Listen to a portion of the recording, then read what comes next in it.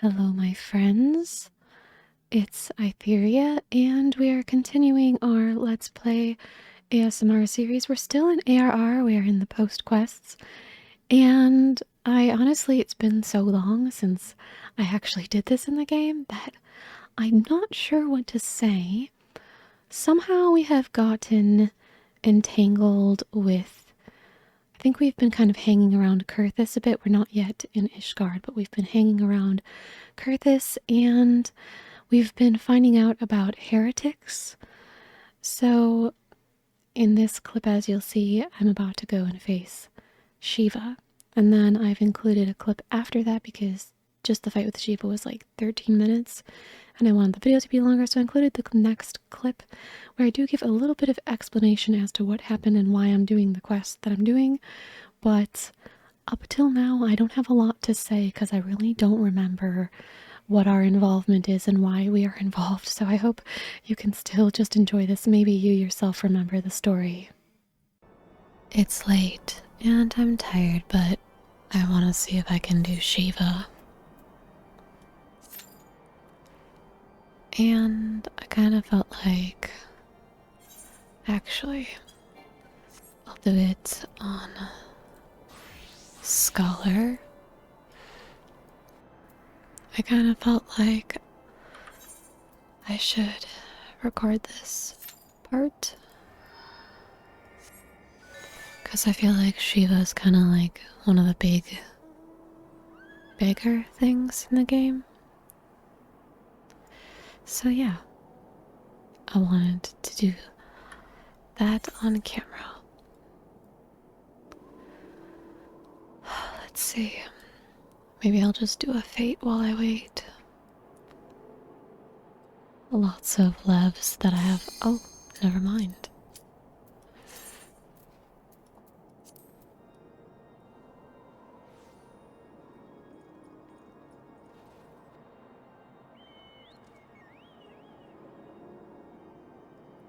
I didn't unlock basically any of the levs because I'm like, don't care.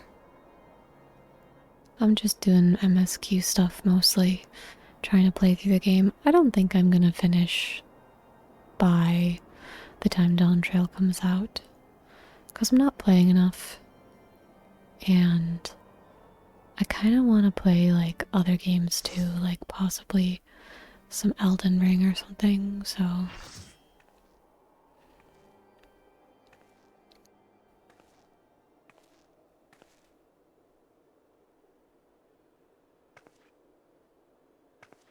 You should never have come here, warrior of light.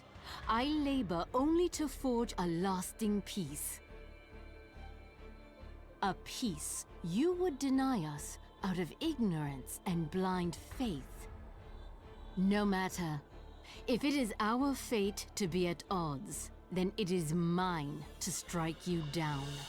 she talks about peace, but she's killing a lot of people to do it. We whom gods and men have forsaken shall be the instruments of our own deliverance. Partake of my flesh. Fill this vessel with your light. Walk amongst your brothers and sisters once more.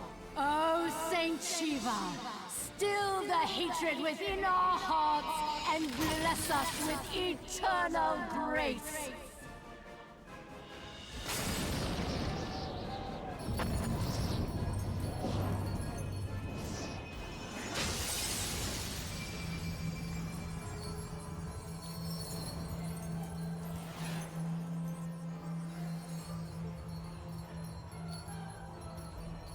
They always have the best designs. When do we get this outfit? I want to get the Shiva outfit. Like, you know how there's the Omega one? I want this one. I want her hair too.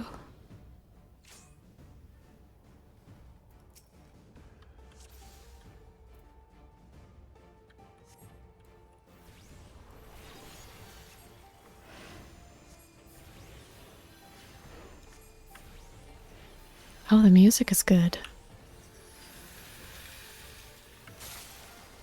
Oh, they actually reprise this later. Oh my god, this is the same one that they use for Shadowbringers. I shouldn't be surprised at that. But I think when I first played through this game, I didn't actually have my music on for all of it, unfortunately. I know that's sacrilege, but it's because I would turn the music off, especially for like being in towns that kind of annoyed me, so I feel like I kind of missed out.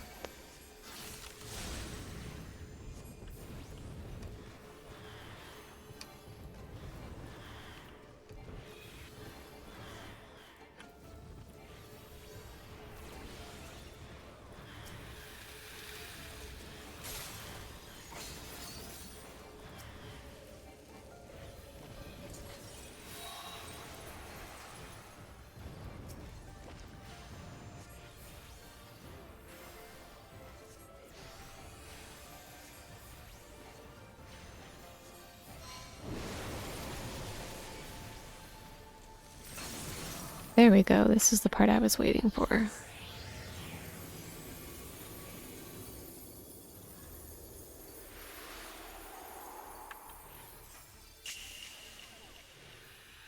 I hope I didn't do that too early. I got 15 seconds.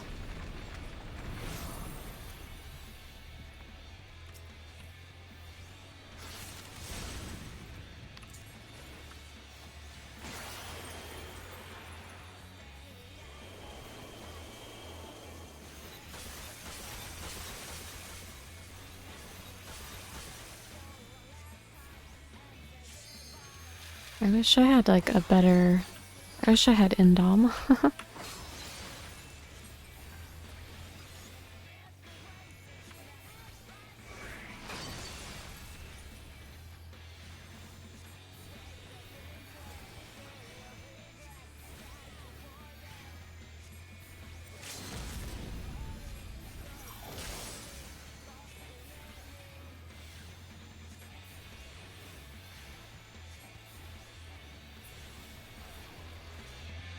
The music is really good, but I do like the Shadowbringers version better. This fight, I think, was a little too easy. I don't remember it going by this fast. We killed her too fast. I was gonna say thank you for party, but everybody left already.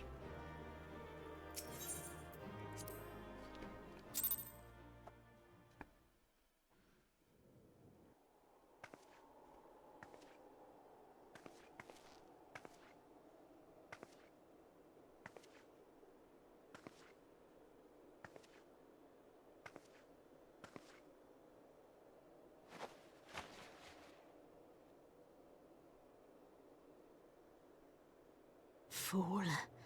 Blind, bloody fool.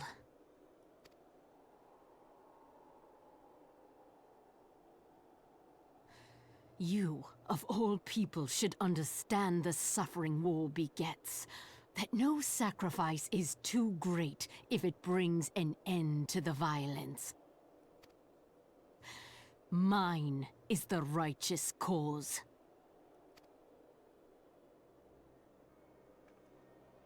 You fight in a war you do not understand. A pawn of liars and schemers. And they are no less ignorant than you, following the creed of their fathers without question, never thinking to ask why. Trapped in a delusion of their own creation, and blind to the truth.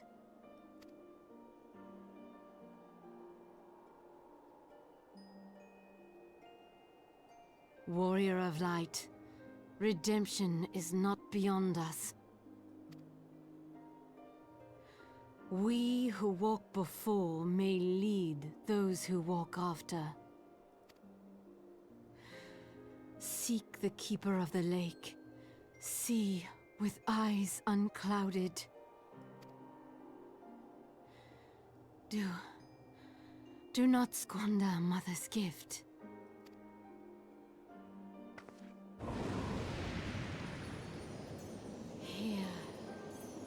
Feel. Think.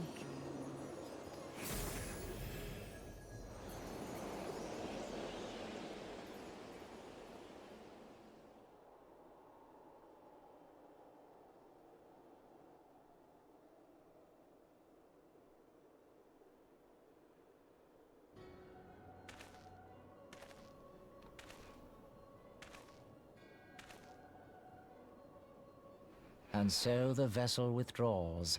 A predictable outcome. I don't mean to be rude, but his voice is kind of ugly.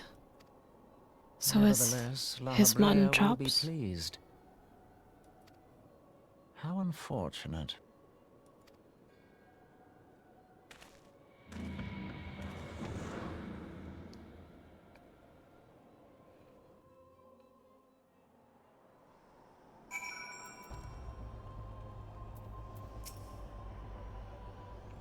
By the 12, you're alive.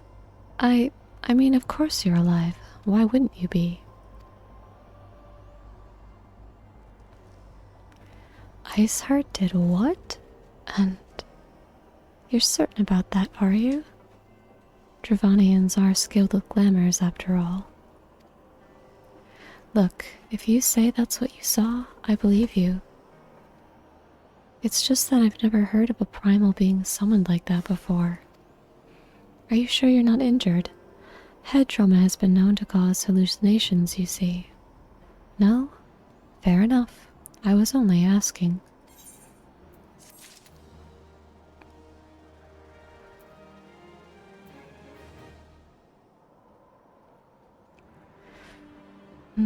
So what has happened since we defeated the ultimate weapon? There has been a lot of unrest in Ul'dah because there is a spy in the Immortal Flames, apparently, who has incited some of the refugees into a riot. So the unrest is partially over the refugees not being treated the best, not being able to get jobs, not being able to, like, regain their footing, sort of thing. Also, sort of a rich get richer kind of problem. The Sultana feeling like she doesn't really have much power. Then in Kurthis, we have Iceheart and her heretics who decide to summon Shiva. If you ask me, there's naught to be gained from mulling over the implications of your story in the freezing cold. Let's save it for the Rising Stones, eh? I'll get everyone to meet us there. Ah, but before that, you had best pay a visit to White Brimfront and speak with Alphino. He's probably worried sick about you. That, or he's busy playing at politics with the Ishgardians. Either way, I'm sure he'll be delighted to see you hale and healthy. Speaking of which, you don't have a headache or anything, do you? No? Blurred vision? Oh, no reason. See you again soon.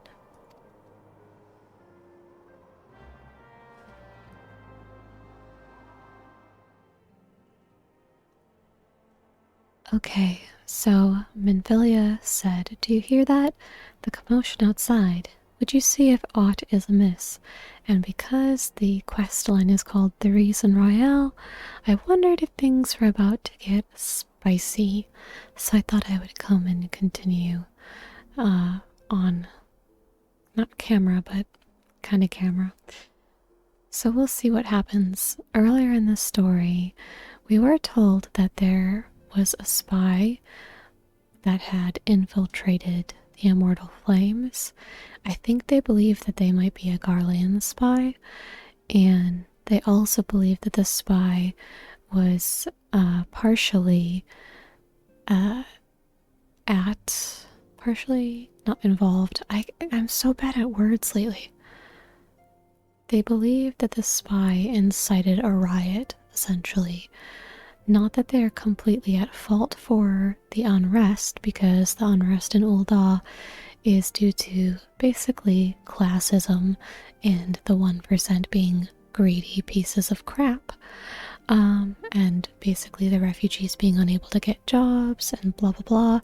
It's a whole thing.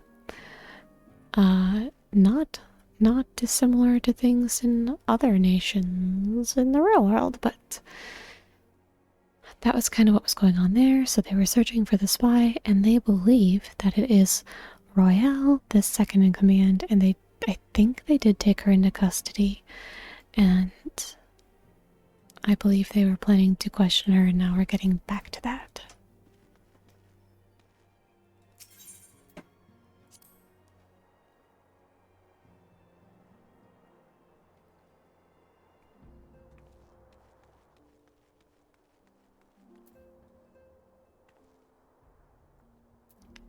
Alphino has a sassy pose.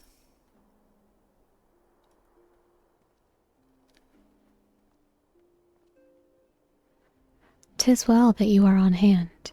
We have a problem. Royale has escaped." It happened shortly after the Immortal Flames took her into custody. She had been placed in a dungeon cell ahead of her coming trial, but apparently the accommodation was not to her liking. The turnkey was found slain along with 2 guards. 'Tis plain she received inside help. Citizens report seeing Royale quitting the city via the Gate of Nold with a bloodied spear in her hand. She makes for Castrum Meridianum, I'm certain of it. With her fate in Eorzea as good as sealed, what recourse has she but to flee to her imperial masters? Even as we speak, Captain Ilbert and the First are hot upon Royale's heels. Pray, make haste to Camp Blue Fog and join the hunt. Yes, so they do believe that she is a Garlean spy.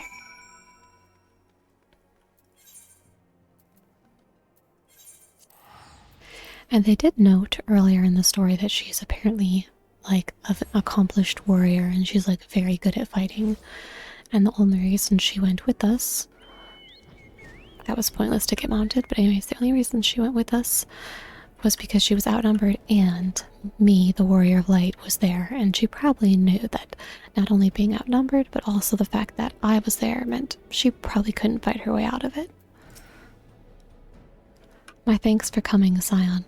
I have spoken with the soldiers here. They say that Royale walked through the camp not a bell ago. Aye, she walked right through. You did not mishear. We have Raubant's decision to keep the matter secret to thank for that. Bad for morale, he said. As a result, not a single flame in the garrison made any attempt to detain her, and so here we are.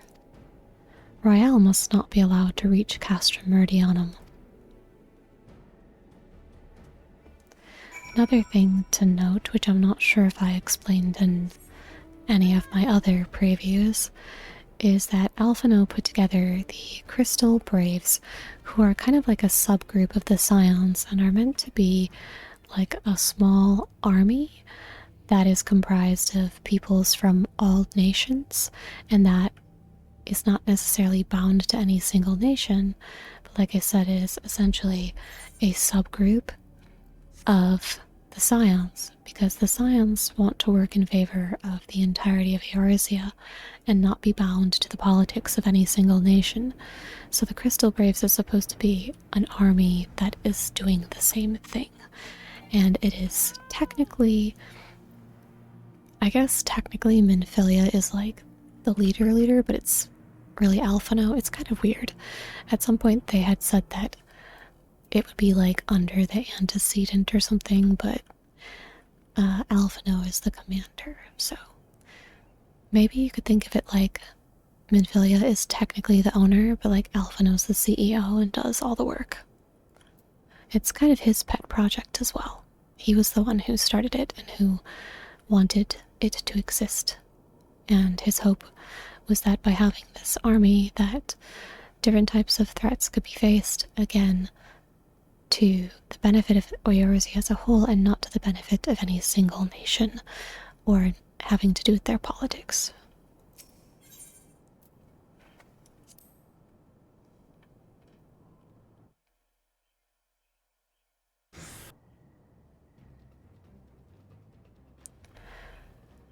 This wretch was with Royale. He threw himself at us that his mistress might escape. She didn't blink when we cut him down, not even when he started screaming. No loyalty even to her own, the goddamn harpy. Patooey. Sorry, that was a lame spit sound, but I kind of... Patooey. It's just kind of funny. With me, Scion, we almost have her.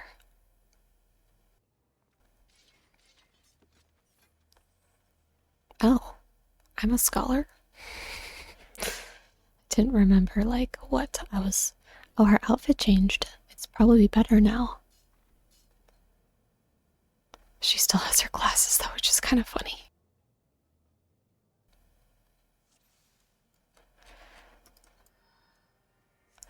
I want Royale alive.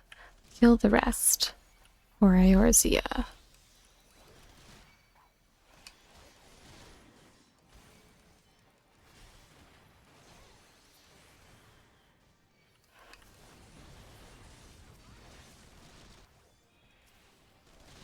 Oh, that's right. Her name is Eileen.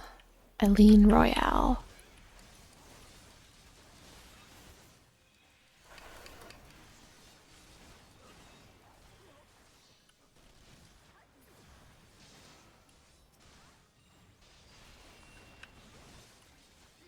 Enemy reinforcements look sharp.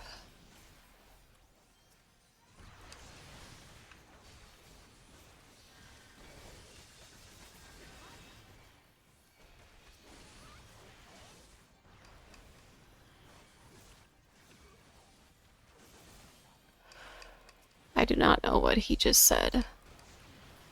Oh, he said he can't move. More reinforcements? They really aren't paying me enough.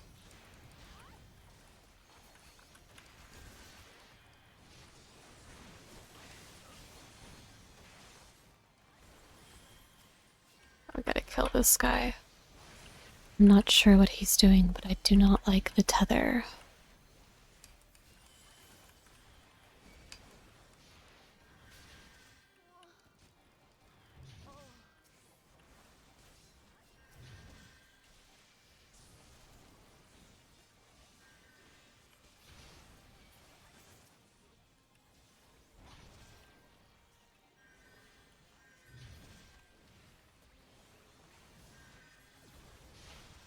I've already got Aileen almost dead here.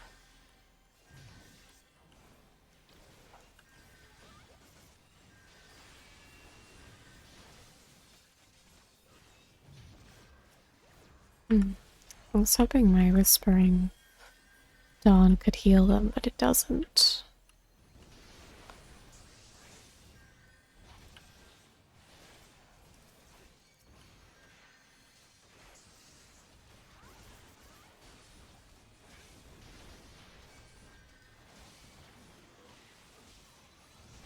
Oh, it's Yugiri.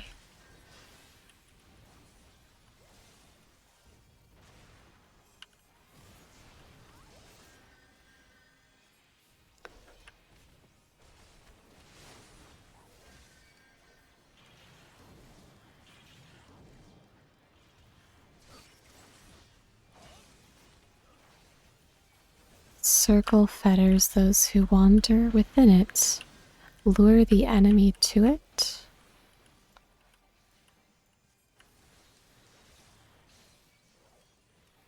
Oh, is it Yugiri's circle then? I guess so.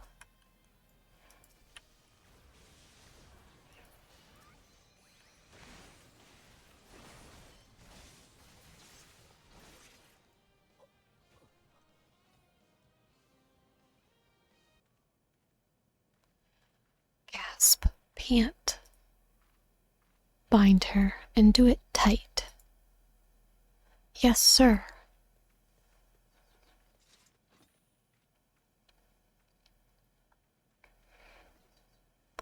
Good work, men.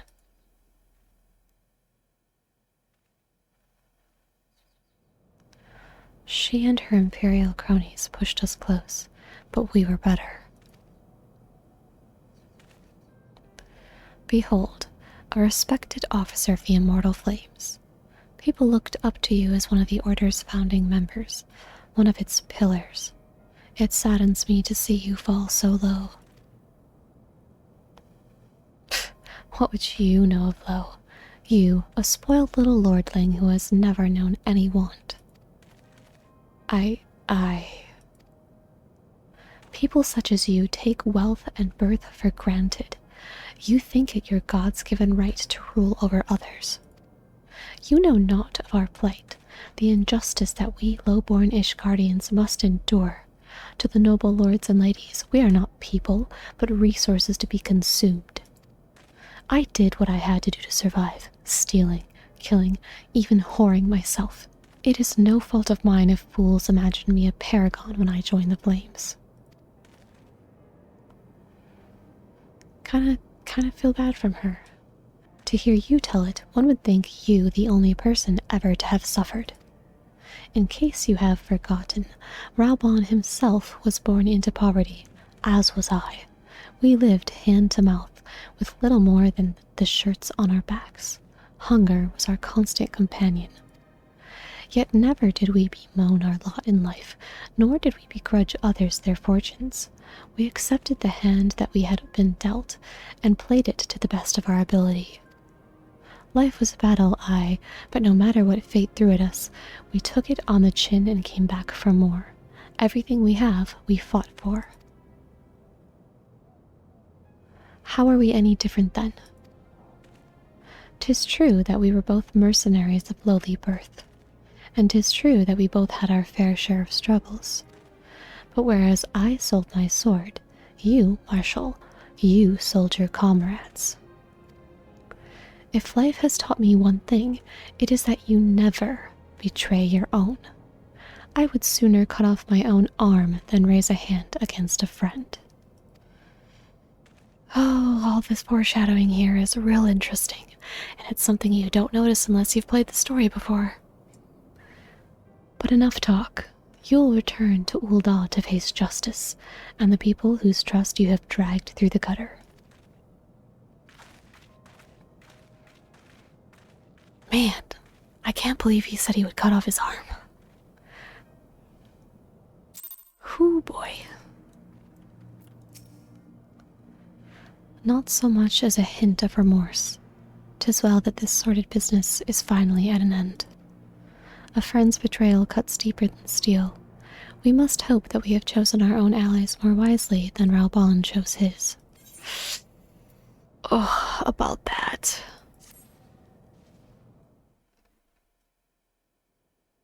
I have heard. Truly bothersome business. No, I do not foresee a problem on that front. The main concern is Raubon. There is no telling what the brute might do. Have the blades watch him in the flames day and night. You may leave the Sultana to me. I shall personally attend her grace.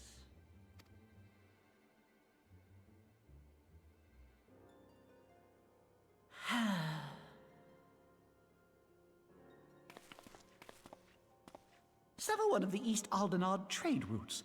That ought to keep Lolorito occupied for a while.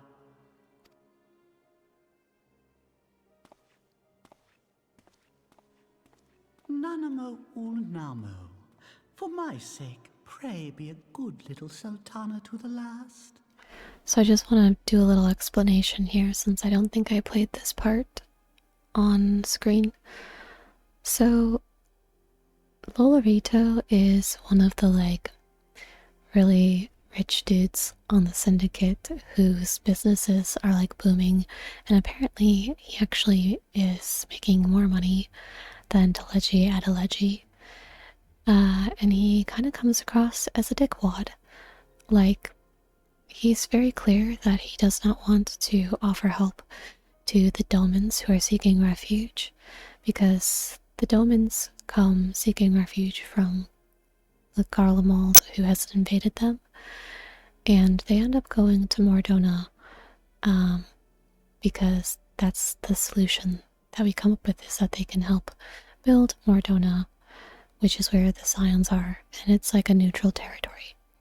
And Lolorito and a lot of the other syndicate members and merchants and stuff are super against it. They're we have too many refugees already, and they also say some pretty crappy things about the refugees, insinuating that they're lazy, insinuating that they're criminals and thieves, things like that. Teleji, on the other hand, is more sneaky. You can see here that he's clearly not a good guy, but he pretends to be one. He wants to offer aid to the Dolmens, and his ultimate goal is actually to amass support and actual bodies, like sort of like an army, people that he can use, because on Cardinal Flats there is the remnants of, I believe, Omega, and he wants to make money off of that. He wants to be able to explore those and sell whatever technology, contraptions, booty, treasure that may be there, I believe, if I'm remembering correctly. So that's kind of his thing, is he acts like he's a good guy when really every single thing he does is to his own benefit, and here we see he is scheming something. And he's trying to get Lolorito out of his way, because even though Lolorito is kind of a dick himself, I think Lolorito is ultimately loyal to Ul'dah and has Ul'dah's wealth and prosperity in his he's concerned about those things. Where I think Teleji is really more interested in himself. Not that Lolorito doesn't care about his wealth, he absolutely does care about his personal wealth, but I think he's ultimately loyal to Ul'dah in a way that perhaps Teleji is not. So Teleji has to get him out of the way, and he's saying, we also have to get Raoban out of the way, and I will take care of the Sultana. So we'll see what happens. Let us cling together. Captain Elbert and I have a few questions for the Flame Marshal regarding the circumstances of her miraculous escape. When we have completed our interrogation, we shall take our findings directly to General Raoban, and that shall be the end of it. Your work here is done, my friend. My thanks. I have one last task for you. Return to the Rising Stones and apprise Minfilia of all that has happened. I'm aware that the antecedent held Royale in high regard. For better or for worse, she will want to know how this tale ends.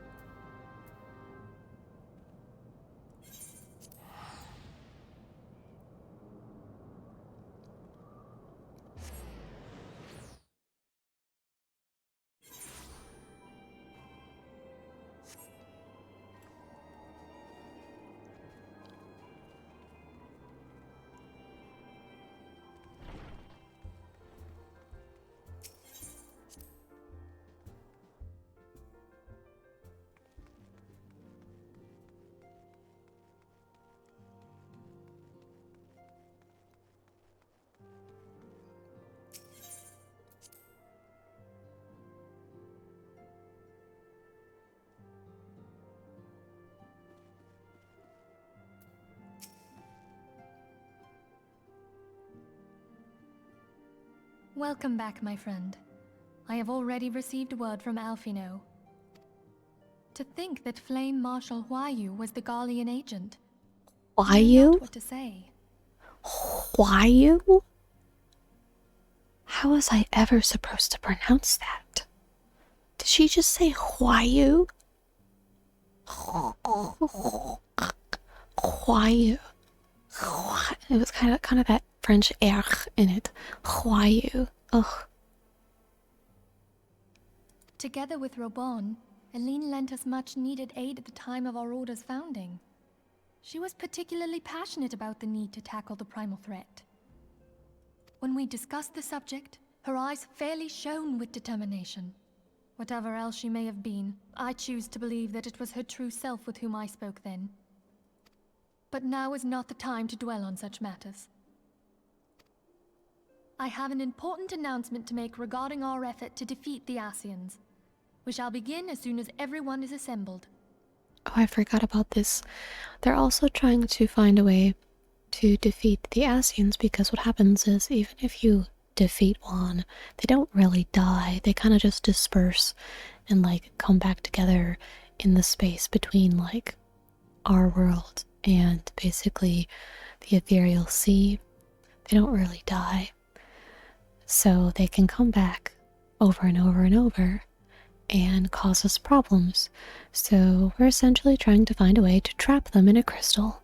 That's what we're trying to do, is trap them so that we don't have to worry about them. And Moon Britta has come to Mordona to aid us with this and any other issues that we have related to similar things. Like, she helped us make our way to a destroyed aetheryte in order to battle Shiva.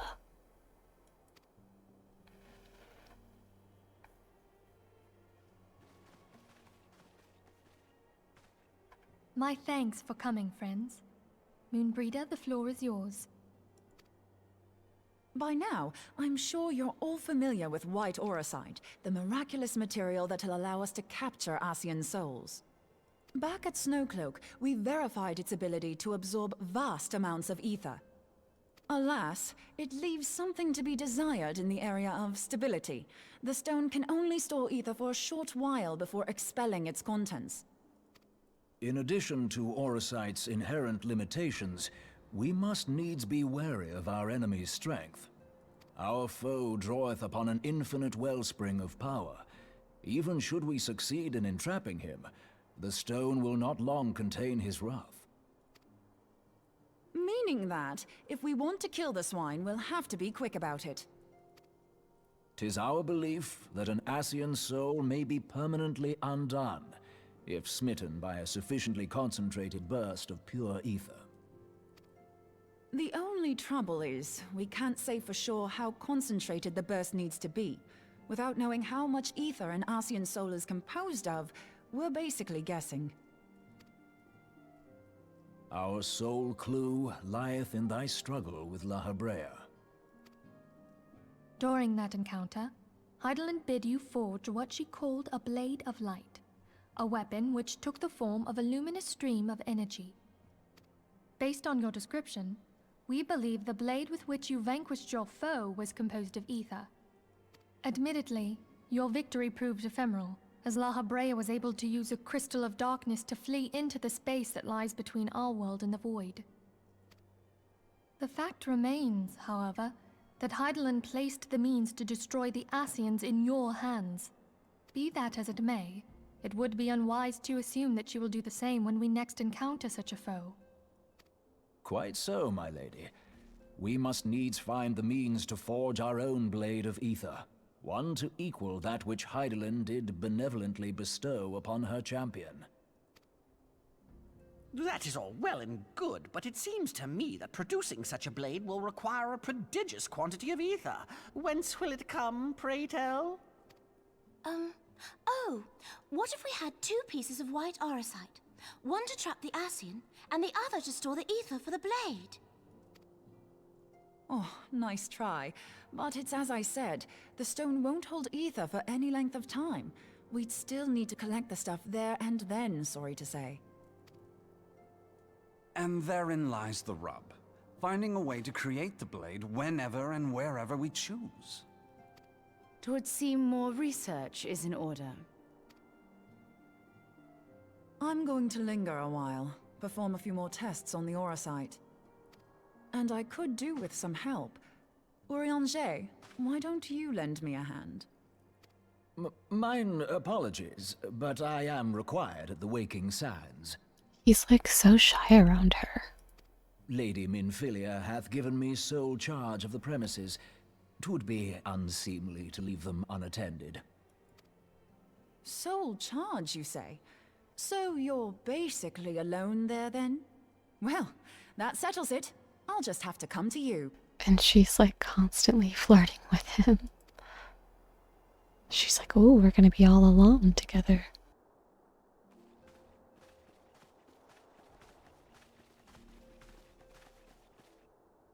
While you were afield, word arrived from the Sharlayan motherland.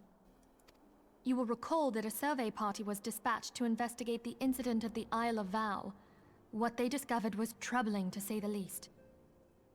According to the report, the Isle has been erased from existence. 'Twas as if a hole had been torn in the very fabric of reality. Aye, yet the mystery endeth not with the isle's disappearance. It hath come to light that a number of scholars in various other locales were reported missing at a similar juncture. What's more, they all had something in common with the head of the students of Baldessian. Every last one of them was researching a phenomenon called dimensional compression, or the rejoining as the ancient texts call it. I'll be damned if that's a coincidence.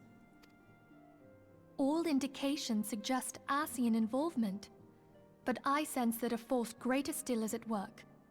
The entity the Dark Beings call the One True God. We must pray that my dear friend Kryl regains consciousness soon. If she bore witness to the Isle of Val's final moments, she may be able to shed some light on this mystery. It's kind of crazy that we don't get Eureka until, like, Stormblood, because the Isle of Val thing that they're talking about right now, that's pretty much Eureka, I believe. Because throughout the... oh. Never mind.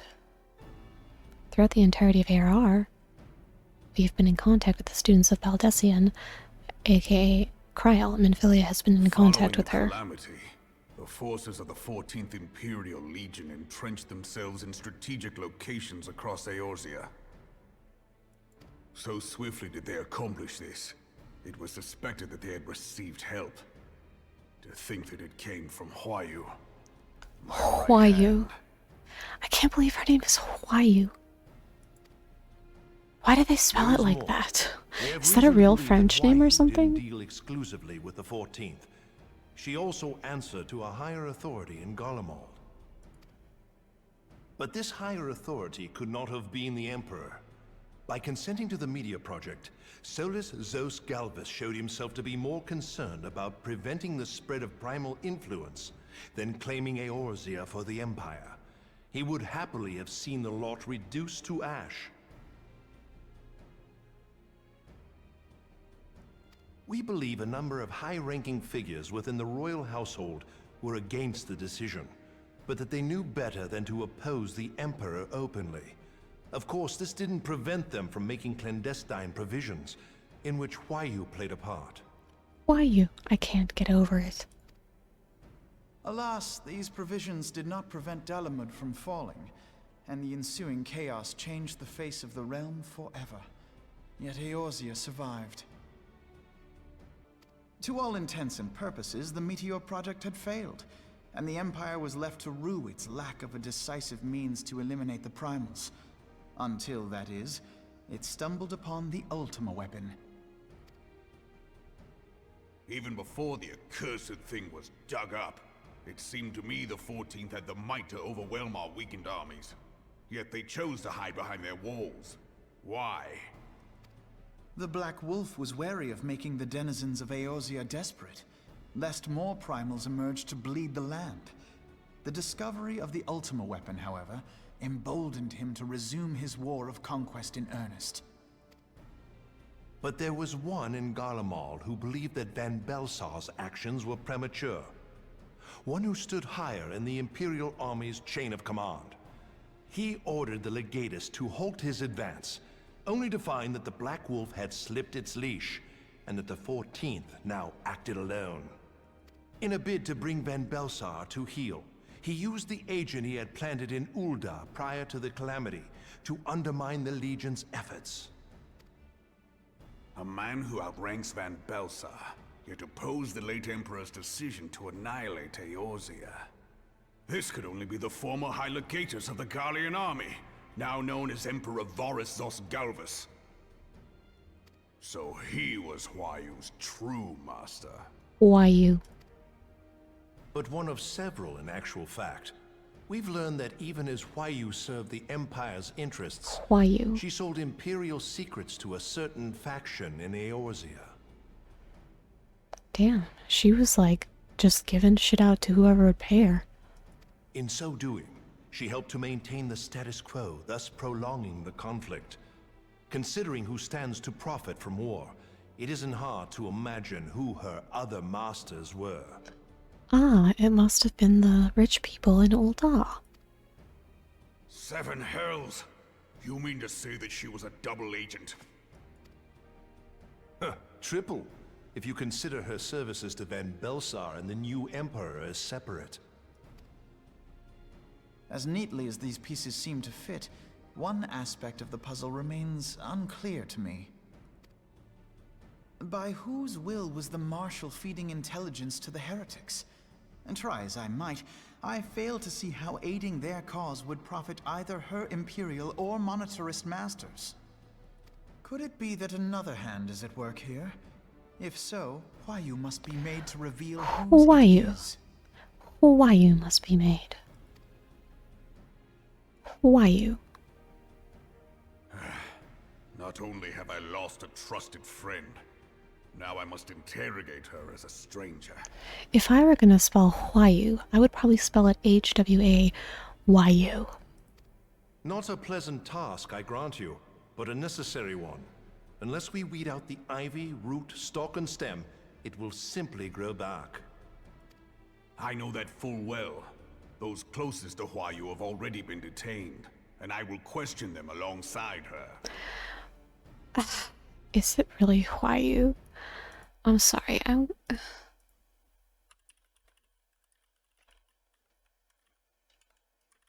spell her name right? R-O-A. R-O... I spelled it wrong. R-O-A... A-I-L-L-E. Okay, let's see how to pronounce that name correctly on YouTube. Why? So in English, Rye. Here are more videos looking at how to pronounce this name of French origin. For reference, in French it is said as Why. So in Just English, sounds like why. Rye. Why? Why did you do that? Why? So they're just pronouncing it wrong too. It's not Huayu, it's more like why. I hate this name. This is like the dumbest French name to ever exist. I'm so sorry. If you were named Why, I'm sure nobody in the audience was named Why. But if you were born in France and you were named Why, I feel very bad for you. And if you start like a GoFundMe to change your name or something, I will give you $5. I mean, ridiculous. Like, what the heck?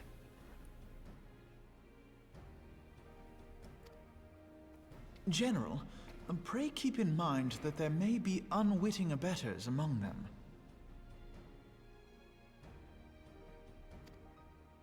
All will be treated fairly. On that you have my word. Those who are innocent have no cause to fear. You have ever been a friend of truth, General. I hope the unpleasant task of weeding out falsehood will not detain you too long. Though it be for the sake of Eorzea, doubting one's comrades is poison to the soul. And with that, I take my leave.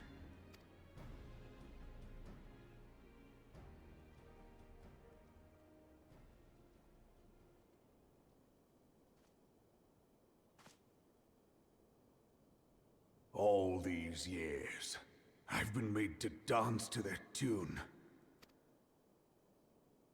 How could you, Huayu? How could you side with them? Those cankers who take from this land and give naught in return, who use their power to disempower and grow fat while the people starve. Yeah, that's true. I did say Lolorito seems more loyal to Ul'dah than Teleji, but a lot of the monetarists are pieces of shit, put plainly. I know you can hear me, monetarist scum! Your crimes will not go unpunished! Actually, I wonder if more accurately the reason Teleji wanted to, like, keep Lolorito out of the way is because Lolorito is technically his rival in terms of, like, business and stuff. So Lolorito would probably get in his way because regardless of Ul'dah, it would be bad for Lolorito if, like, Teleji has a W.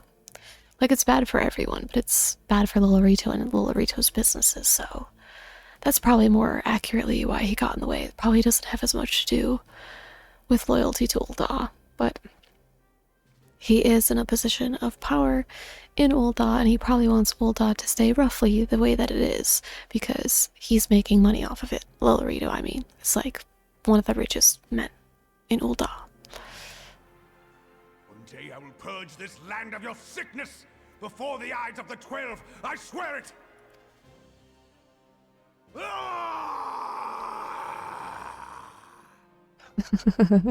Why do I laugh at that? How are they gonna make her a Lalafell and then also give her like stuffed animals in her bed? You cannot do that. No further need of you this day. Like, she comes across as so ridiculous in the beginning of the series because she's literally sitting on Rollbound's arm, like she's sitting on his fucking bicep. And then you're gonna give her, like, she looks like a child. She sits on his bicep like a child.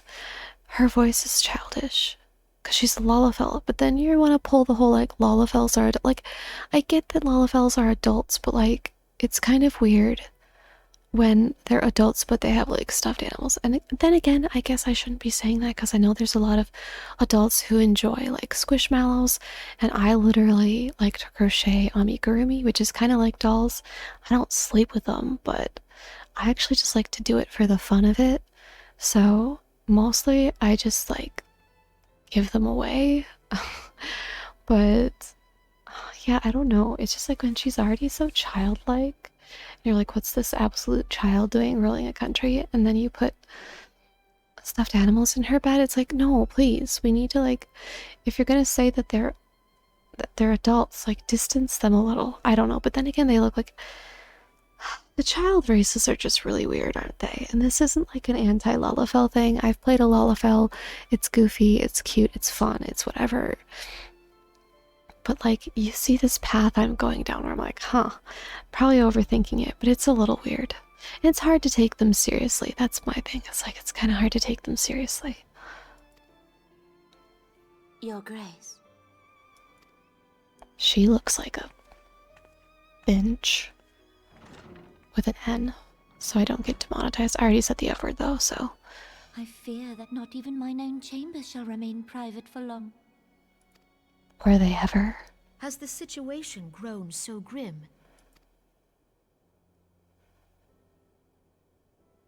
Ever since he proposed the Cartano Reclamation Bill, Teleji Adeleji has risen to greater prominence upon the backs of impoverished refugees.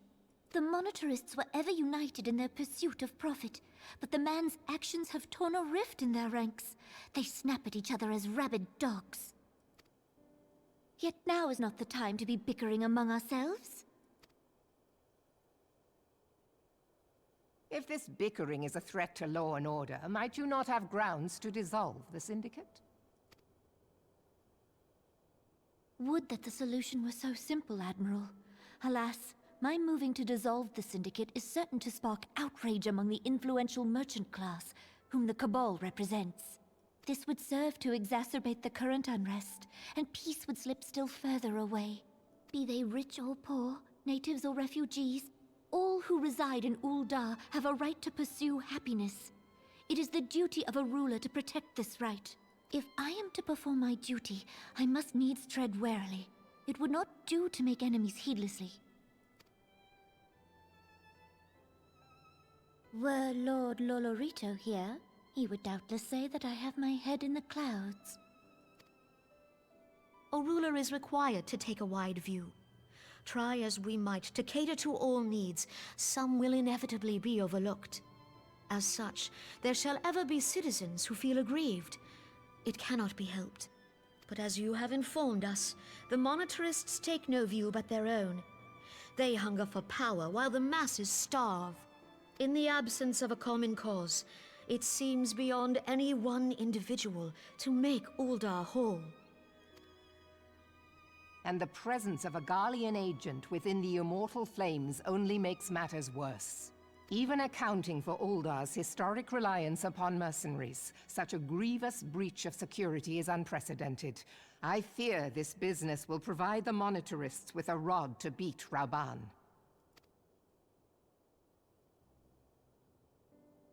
Eorzea can ill afford for the Immortal Flames to be dampened now.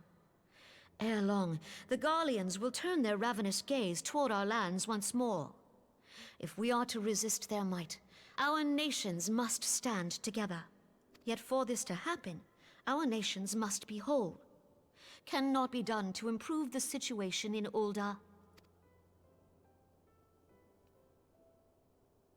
The true wealth of Ul'dah lies in the health, happiness, and hopes of her citizens. Alas, the citizens shall never know these things, so long as their lives are ruled by the ambitions of the few. The monetarists claim to represent the best interests of the people, but in sooth they desire only to manipulate them for their own selfish ends. For the government to serve the people, it must be formed of the people. For Ul'dah to move forward, it is not only the Syndicate that must be dissolved.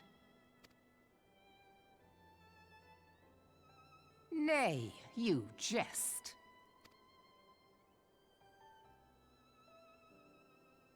My friends, it was for no other reason than to make known to you mine intent that I requested your presence here. When I make my declaration to the people, chaos shall inevitably ensue. She wants to set up a As the democracy. last monarch in the line of Ul, I make unto you this request. Help Roban to preserve order and protect the people. Forsake them, and you forsake yourselves. For a strong Eorzea will ever have need of a strong Ul'dah.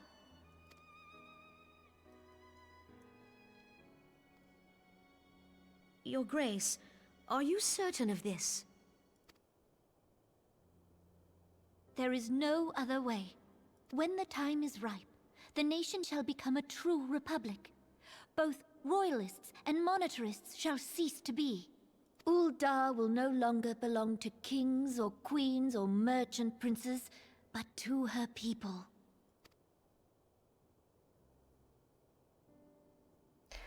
This is actually such an interesting storyline to me because I know what happens. And I don't want to spoil a lot because I don't know who's watching. Forgive me for casting aside all that you have toiled for in my name. But the outcome of things is just so interesting. I can't wait to get there so I can talk about it more. Beyond this gesture, I am powerless to help my subjects.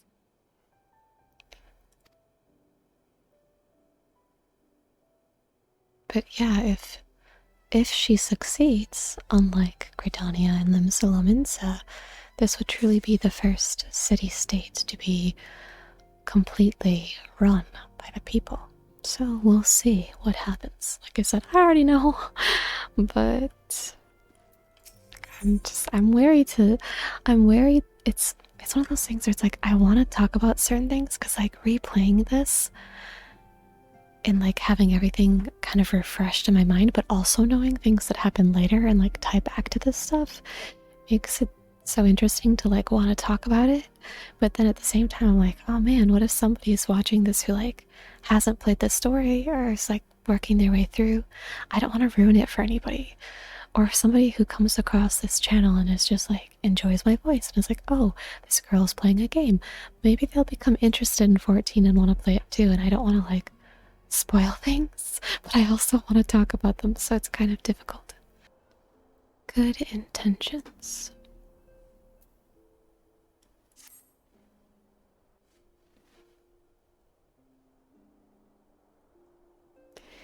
I am most eager to address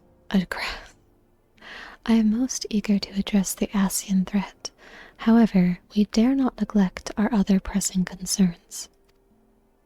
We both know full well that Saint Shiva will not be the last primal we face, and our relationship with Ishgard is still tenuous at best. To think that the resolution of the primal threat was once the sole priority of the Scions of the Seventh Dawn.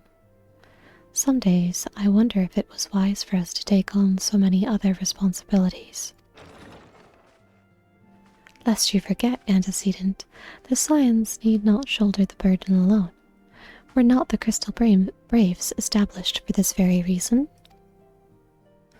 True, we are presented with a multitude of problems. However, we have all the resources we need to address them in turn. Itheria, in particular, is ever a steadying hand, who I trust will continue to support the Braves. To what do we owe the pleasure? Have there been further developments regarding the situation in Ul'dah? As expected, the Immortal Flames have been struggling to cope with the revelation that one of their highest-ranking officers was a Garlean agent. Suffice it to say, Teleji Adeleji and his monetarist ilk have wasted no time in attempting to turn the situation to their advantage. Coupled with ongoing unrest, the Flames are finding themselves hard-pressed. Plainly, General Raubon needs our help, and I will direct the Crystal Braves to offer what support they can. If I am to stay abreast of the latest developments and issue effective orders, however, I cannot afford to waste time traveling back and forth. And so, for the foreseeable future, I think it would be best if I were to remain in Ul'dah, unless you have an objection. None whatsoever. We have matters here well in hand. Moonbritta's research is proceeding as planned. So she tells me, though I am not familiar with the details. Urianger is poring over his tomes of the Waking Sands, and the others are contributing in their own ways. Alas, the key problem, how to form an ethereal blade at will, remains unsolved. Nevertheless, it is only a matter of time. While we focus on that task, mayhap you could assist Alphino and his braves with theirs? It would do much to restore faith in the Immortal Flames if the warrior flight was seen working on their behalf.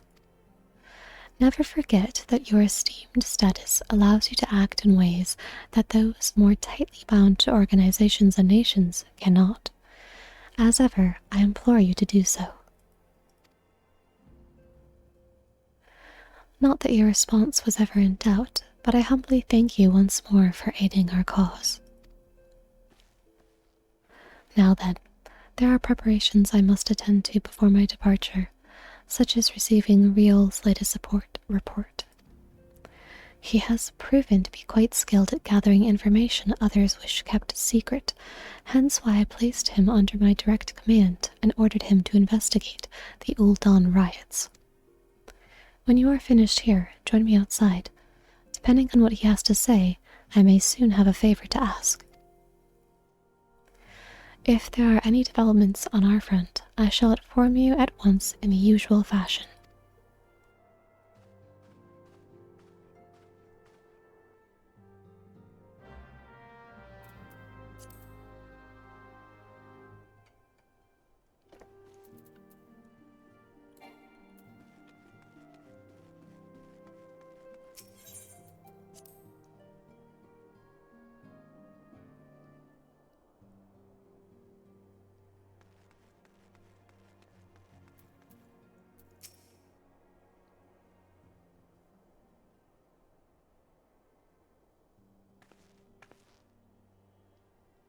Pleasure as always, Itheria. You'll be escorting the commander to Ul'dah, I take it?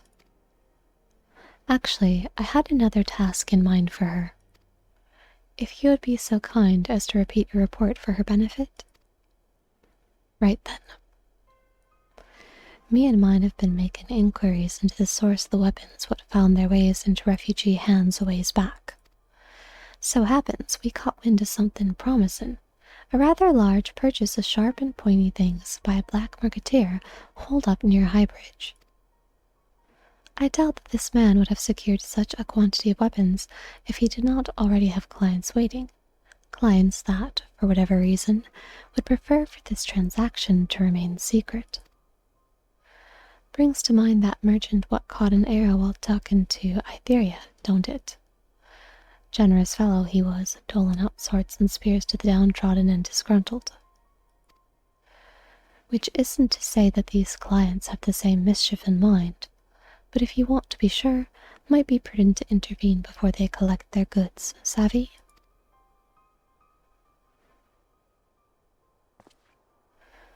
Seizing the weapons before they fall into the wrong hands would be for the best. However, if we strike at the appointed hour, we might capture the black marketeer as well as his clients. What say you, Itheria? Then it is settled. Rendezvous with Captain Ilbert at Highbridge and intervene when the exchange takes place. Now then, if you would excuse me, I must leave for Ul'dah. I expect good tidings. So, a little explanation about the merchant who got an arrow. After the riots took place, we did a little bit of investigation, trying to figure out why that happened, especially because lots of people were like, the refugees would never, and it just seemed a little bit strange, a little bit off. And we found out that there is a merchant who apparently sold them weapons, because some of the rioters had actual weapons. When we found him, before we were actually able to speak with him, he was shot from afar by an arrow.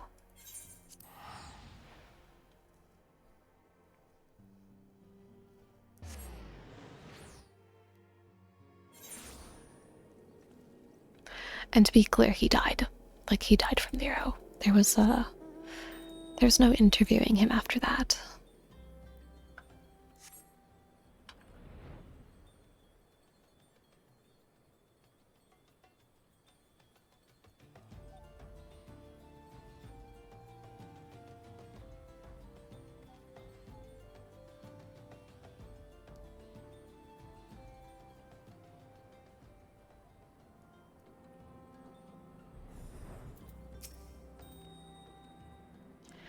Ah, Itheria.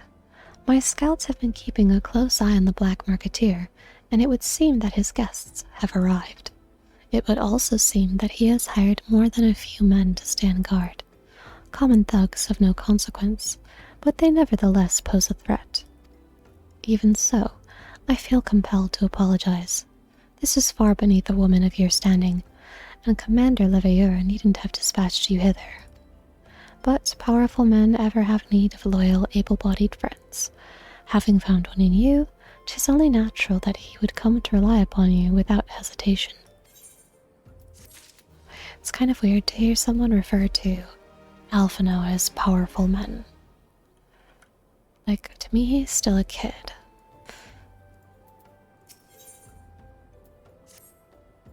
Bait and switch. Now then, we should make for the burning wall without delay and secure those weapons. The first unit will ensure that the clients do not escape. With me, Itheria.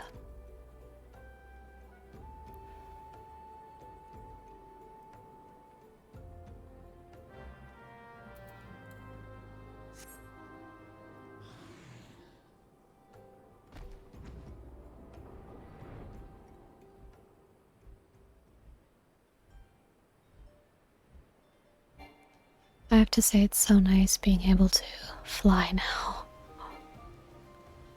It's funny that it says I can't fly higher when I absolutely can. A little bit, at least. I can fly high enough to fly where I'm... Is he in the cave? Oh no, he's right here. I spy the one man, but there are sure to be others. I have a plan. While you approach the sentry and create a distraction, my men and I will slip past and catch the Black Marketeer unawares. Once you've disposed of the thugs, wait for us outside the tunnel entrance. Any questions? Then let us be off. Good luck, my friend.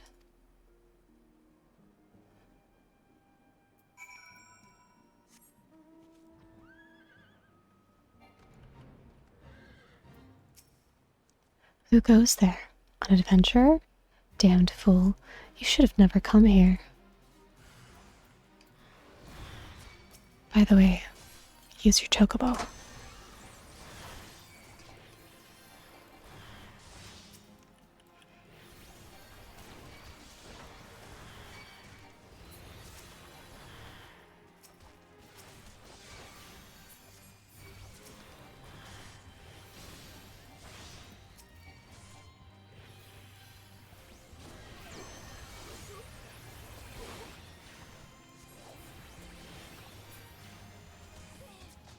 Is that the end of it? Nope, there's another one. There's so many people coming down here to do this.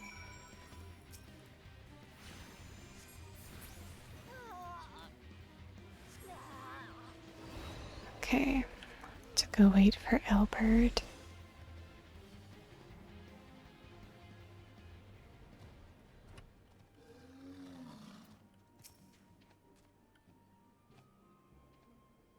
I kind of don't like it when other people like help with my mobs, because it's like part of the experience to be having to actually hit them rather than it just getting one shot, you know? It's like satisfying to have to hit them a few times and makes it feel more realistic to like the time period that I'm in as the Warrior of Light. Like I'm not able to one-shot them yet, you know? I have not out-leveled them. I don't understand. What's this all about? Grah!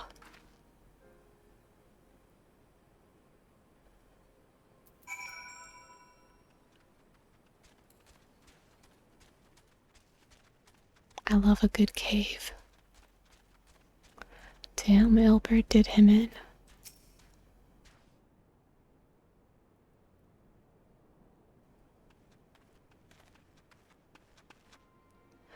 As you can see, this is a fine mess. When I tried to restrain him, he drew a hidden blade and lashed out. But before I could disarm him, one of my subordinates panicked, and this is the result. How foolish of me to underestimate the bastard, and to bring an inexperienced recruit. Commander Leveilleur will be most disappointed. This is a little sussy. Damn it all, a golden opportunity wasted.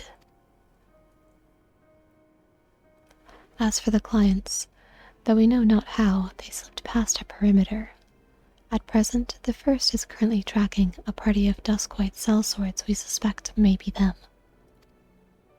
Would that we could have enlisted the aid of the immortal flames with the brass blades. Alas, we are here to aid them. They are in no position to aid us. Well, at the very least we have secured the weapons. Yet even that accomplishment is lacking, for the information we received indicated a massive shipment, and this is anything but. Sussy. This is sussy to me.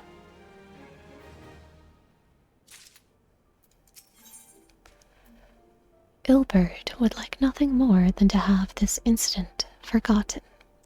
Best laid schemes.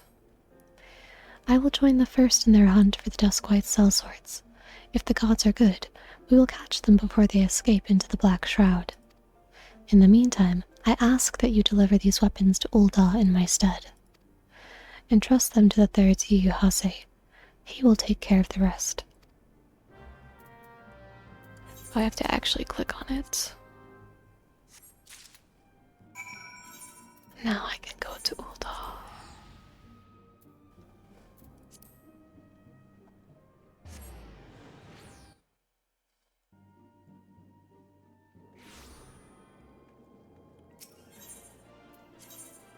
Let's try over here.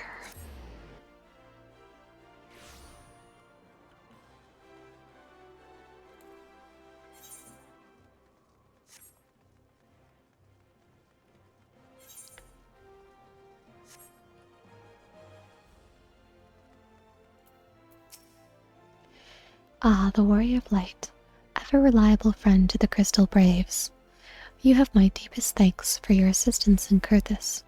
Now, what brings you to us this day?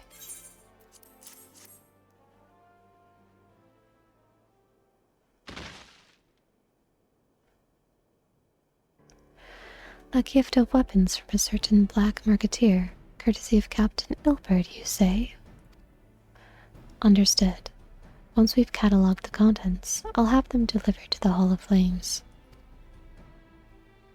This cannot be everything, can it? Riel stated with confidence that there would be a far greater quantity of weapons.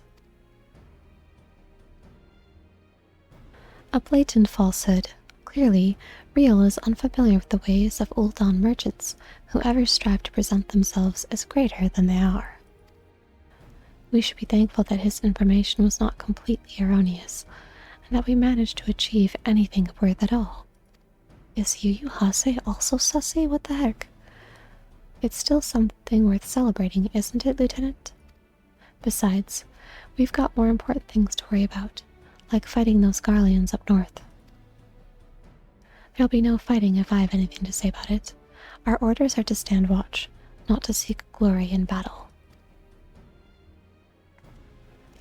If you have no further need of us, then I shall take my unit to the cerulean processing plant. Time for the Fourth to earn their keep, eh? Fight well, Alien. For the freedom of all.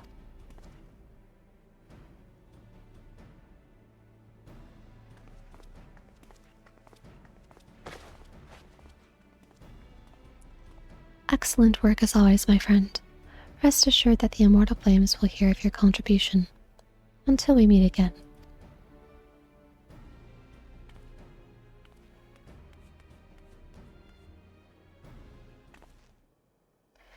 Etheria, a word if it please you. Not here. Look for me at the Sapphire Avenue Exchange.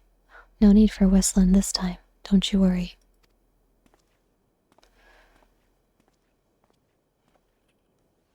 Gotta run all the way back now. Actually, I think if I go this way. Yep, here we go. I was like, I don't need to run back to the Aetherite thing because I'm close to it. Like I'm close to the Sapphire Avenue Exchange to begin with.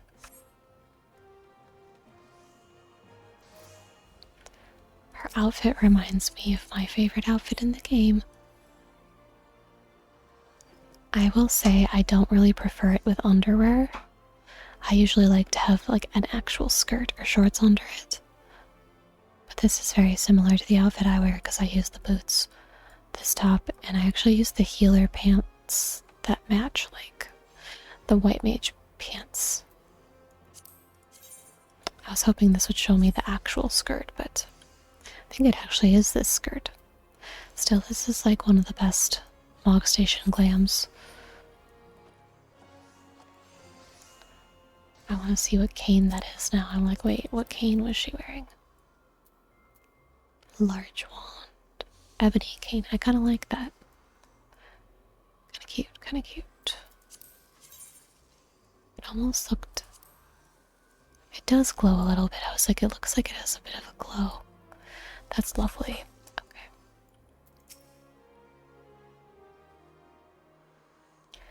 Thanks for indulging me request. Few places better than a market for privacy, I find. All the hustle and the bustle of commerce means most conversations go unnoticed. I'll get to the point.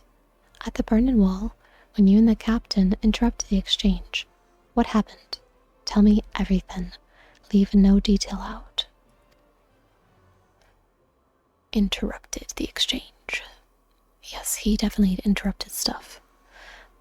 That's not quite how the first told it. These Duskwights they were chasing.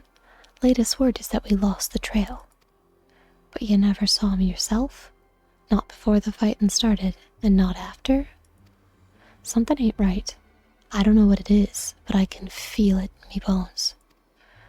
I'm not daft enough to be misled by some merchant's drunken boasts. Our information was reliable, gods damn it.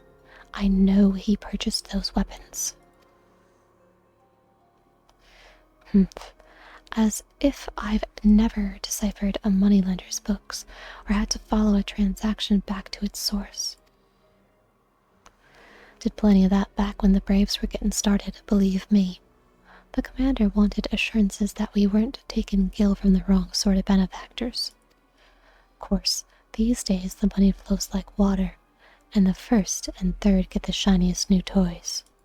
Oh, interesting. Forgive me, friend. I've a lot on my mind these days, and I appreciate you lending me an ear. Right then, best get back to it. The money flows like water, and the first and the third get the shiniest toys. And the third was Yuyuhase, right? Etheria, can you hear me? This is Tataru. Actually, I want to check and see, because I think they said the name of Yuyuhase's order in here. Yes, it is. Interesting. Okay, very sussy. Very, very sussy. Your presence is urgently requested at Rising Stones. Please come and see me as soon as you are able. Okay, let's go see Tataru.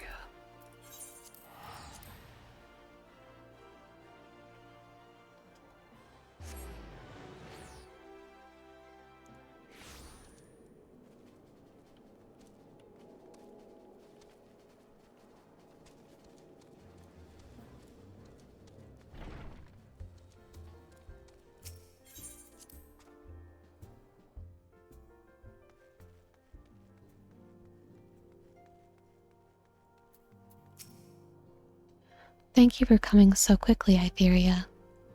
We have a guest from Ishgard who wishes to speak with you.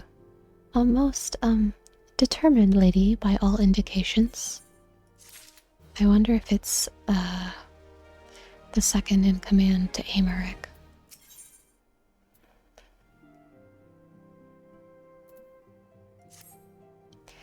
Our guest is with the antecedent in the solar at present. Let's not keep them waiting any longer, shall we?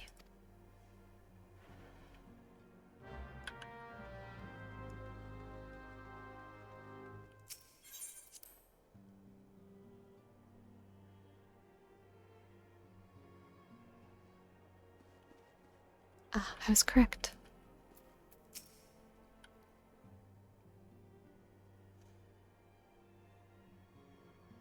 We have a guest from Ishgard who wishes to speak with you. A lot of voiced parts today. I believe the two of you have met. We have. I had hoped to speak with Commander Leveilleur as well, but I cannot afford to wait any longer. The Lord Commander sent me hither to request your aid in a matter of grave import. You see now why I had Tataru summon you. Now that we're all assembled, perhaps you would be good enough to elaborate on the nature of the matter which brought you to us. The Observatorium's astrologians have sounded the alarm. Last night, the Dragonstar burned with an intensity not seen in 15 summers. Not since the Dravanians engaged the Empire in the Battle of Silvertear Skies. The northern sky doth burn full bright upon the Wormlord's call. The red behemoth beckoneth, and flame consumeth all. The old Curthan rhyme, aye. The brightening of the Dragonstar is said to accompany the roar of a great worm. The astrologians believe that it was Midgard Soma himself who cried out on this occasion. After an absence of centuries, the King of Kings did return to lead his kind against the might of Garlemald, only to fall in his duel with the Agrius, proud flagship of the Gallian fleet. Devoid of life, his corpse remaineth entwined about the Magitech monstrosity even unto this day. Ariange has the right of it. Whatever this alteration in the Dragonstar portends, the Great Worm has shown no sign of life. Tataru, have the Domans reported aught out of the ordinary?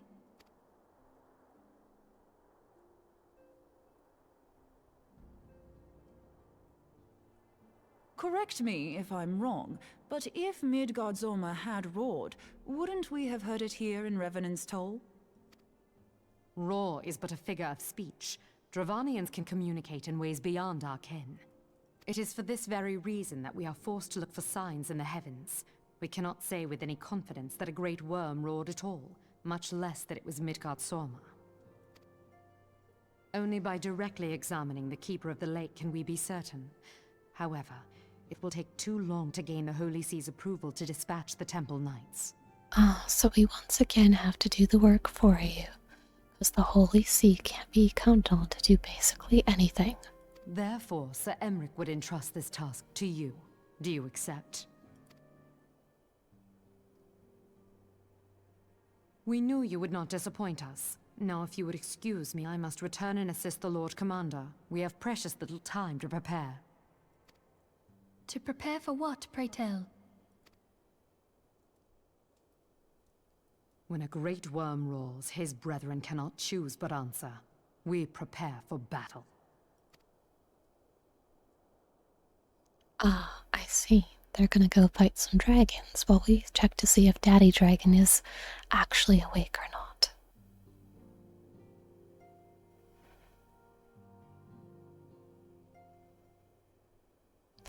Forgive me if I state aught which you already know, but I would ensure that you understand the nature of your destination.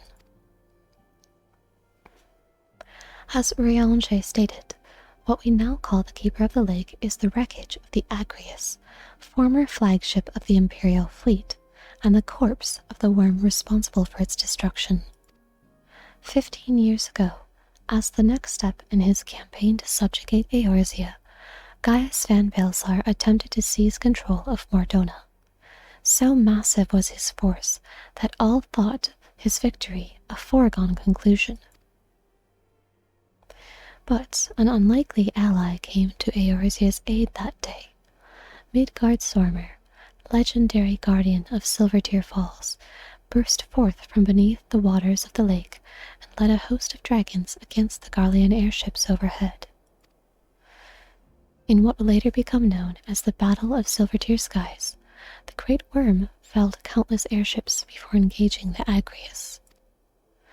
In the ensuing struggle, the flagship's ceruleum engines failed and it tumbled into the lake below. Yet this victory came at a great cost, for the explosion which followed claimed the life of the Great Worm as well. That same explosion transformed Silvertear Falls into the desolate wasteland it is today, draining the lake of its waters and crystallizing ether for malms around. Yet a remnant of the lake remains, and at its center a constant reminder of that fateful day long ago. In accordance with Sir Amerg's wishes, our Doman allies have been standing watch over the Keeper of the Lake. It would be wise to speak with them before investigating the wreckage yourself. Be careful, my friend. We know not what dangers await you within. Now then, let us not neglect our own tasks. There is much to be done, and precious little time to do it.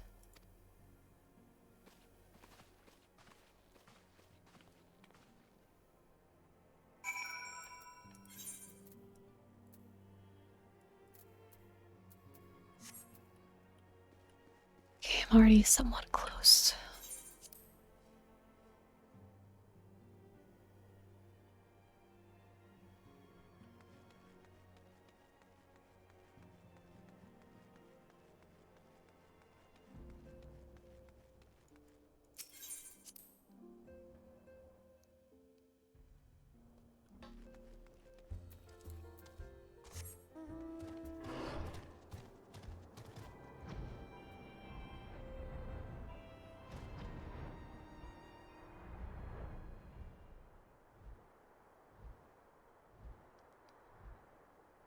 So they're saying that all of this crystal stuff around here actually has nothing to do with the crystal tower and more to do with that. I actually didn't know that. I thought all of this was like crystal tower stuff, but apparently it is not. That's pretty cool. I wonder how close you can get to this. I mean, there is still water, but we've got as close as we can. It's too bad it's night in the game. It makes it kind of hard to appreciate. I'm trying to figure out where the dragon's head is, but I feel like I can't really see it. Either because it's dark, or because it's on the other side or something I do not know.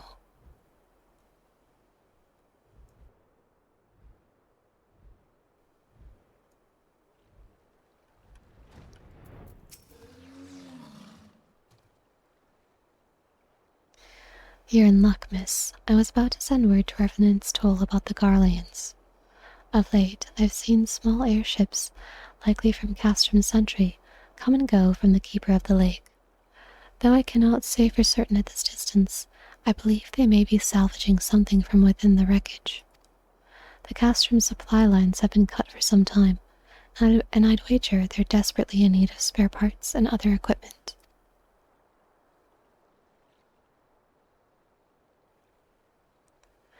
So it's true then. The Ishgardians honestly fear that the worm might rise again.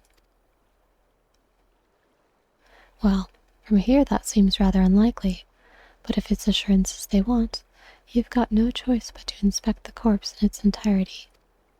Easier said than done, given the creatures which inhabit the wreckage and the aforementioned Garleans who won't take kindly to your presence.